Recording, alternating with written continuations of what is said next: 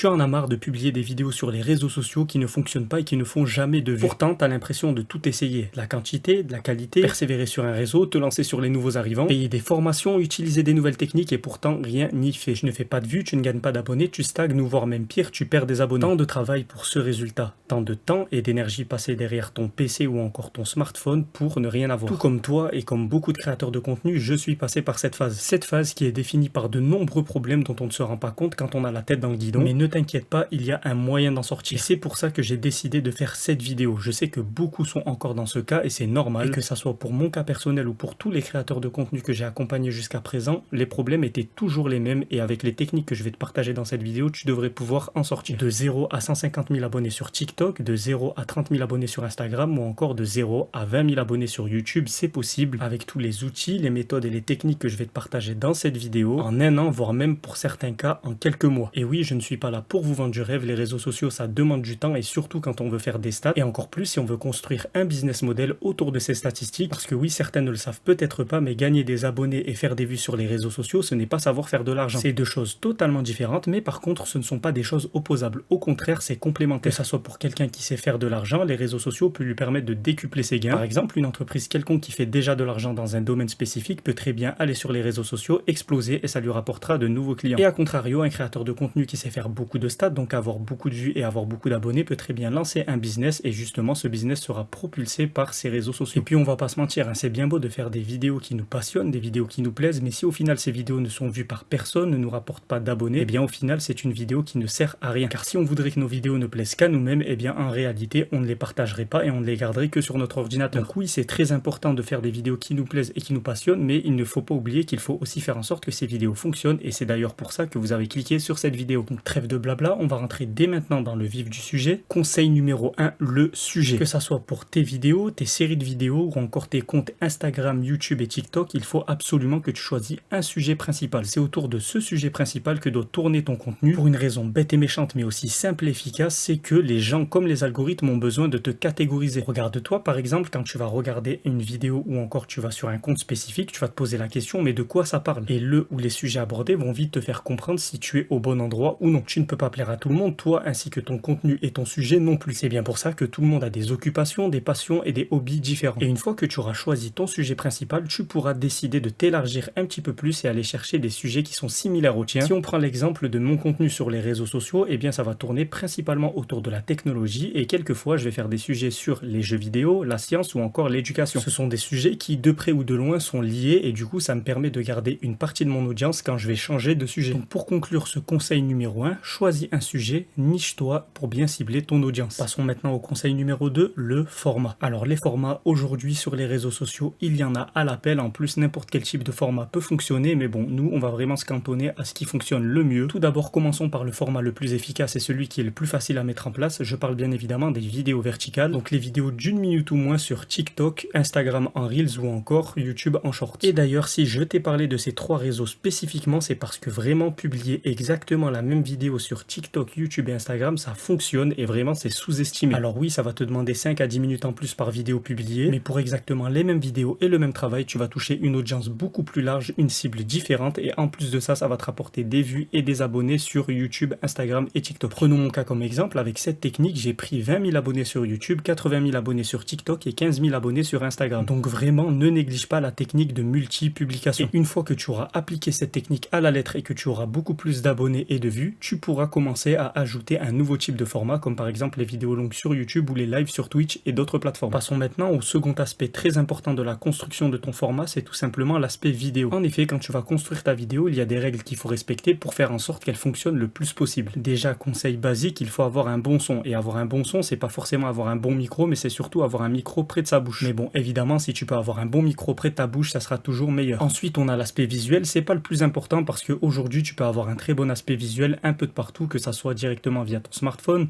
si tu as une caméra ou encore aller directement récupérer des pistes vidéo via des intelligences artificielles ou des sites spécifiques. Mais bon, même si l'aspect visuel et l'aspect audio c'est assez important, en réalité, c'est pas ça qui va faire que ta vidéo va exploser. Ce qui va faire que ta vidéo va atteindre ses objectifs, voire vraiment va les dépasser, c'est tout simplement le sujet et la manière dont tu le traites. Réellement, tu dois te poser la question, pourquoi moi? Pourquoi est-ce qu'une personne irait perdre son temps à regarder une de tes vidéos? Alors que tu le sais très bien, tu as une concurrence qui est énorme, surtout avec les gros créateurs de contenu contenu, donc pourquoi toi plutôt qu'un autre? Et la réponse est tout simplement la valeur ajoutée. Qu'est-ce que tu apportes à la personne qui est en train de regarder ta vidéo? Et donc c'est pour ça que tu dois traiter ton sujet au mieux pour que la personne reste bien jusqu'à la fin de la vidéo et continue à regarder tes prochaines vidéos. Et pour ça, il y a une construction de vidéo qui fonctionne toujours. C'est premièrement avoir un hook hyper puissant, que ça soit pour les vidéos courtes ou les vidéos longues. Il faut vraiment que dès les premières secondes de tes vidéos, on comprenne quel est le sujet et de quoi tu parles. Et pour ce faire, il y a un process qui est assez simple à respecter. Résultat, question, explication. C'est différents éléments que tu dois impérativement avoir dans ta vidéo. C'est également des éléments qui sont interchangeables, mais je te conseille de respecter l'ordre dans lequel je te les ai donnés. Tout simplement parce que le résultat, ça fait un très bon hook pour le début de la vidéo et en plus de ça, ça explique directement ton sujet. Une fois que tu as captivé ton audience, tu peux commencer à poser des questions. Pourquoi est-ce que ce résultat est comme ça? Pourquoi est-ce qu'on est en train de traiter ce sujet? Et de ça en découle la partie numéro 3, les explications qui vont te permettre d'expliquer le résultat, le pourquoi et de garder ton audience jusqu'à la fin de la vidéo. Fin de vidéo qui sera dictée par ce qu'on appelle un call to action, appel à l'action en français, et c'est vraiment quelque chose d'extrêmement important à respecter car ça va vraiment inciter les spectateurs à interagir avec votre vidéo pour des actions importantes comme par exemple liker, partager, commenter, etc.